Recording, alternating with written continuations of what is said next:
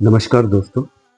तो अब तक जैसे शिव पुराण में हमने शिव और सती की प्रेम कहानी जो कि सृष्टि की पहली प्रेम कहानी है, उसके बारे में जाना और सती का कैसे करुण अंत हुआ, दर्दनाक अंत हुआ, उसके बाद क्या हुआ ये भी जाना। हमने शक्तिपीठों का महत्व जाना।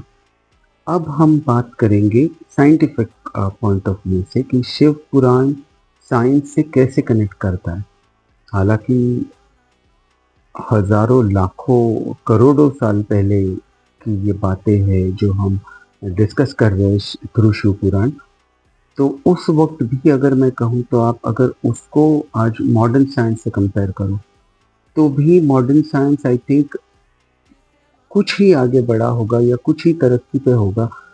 उस लेवल पे पहुंचना बहुत मुश्किल है, क्योंकि जैसे कहते हैं, इवन डॉक्टर्स कहते हैं कि अब सब ऊपर वाले के हाथ में है, प्रे फॉर दिस पर्सन।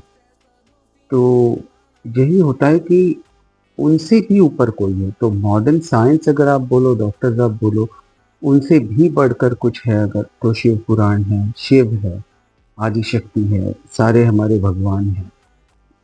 तो साइंस पॉइंट ऑफ व्यू से अगर देखा जाए तो सृष्टि की सबसे पहली जो सर्जरी हुई है वो स्वयं शिव जी ने परफॉर्म की थी। जैसे कि हमने शिव पुराण में देखा कि प्रजापति दक्ष का सर धड़ से अलग कर दिया था शिव जी ने, और फिर बकरे का शीश उनके धड़ को जोड़कर उनको वापस जीवन दान दिया था। ऐसा ही उल्लेख एक और मिलता है आगे चलकर, जहाँ पे गणेश जी का भी सर धड़ से शिव जी ने अलग कर दिया था और फिर हाथी का शीश लगाकर उनको जीवन दान दिया था। तो मॉडर्न साइंस ये क्या हुई, ये सर्जरीज हुई। तो जैसे हम जानते हैं मॉडर्न साइंस में, हाँ सर्जरीज होती है, प्लास्टिक सर्जरीज होती है, ऑर्गन इम्प्लांट ट्रांसप्लांट्स होते हैं। तो बहुत सारी चीज़ें होती है जो मॉडर्न साइंस कर लेता है आज।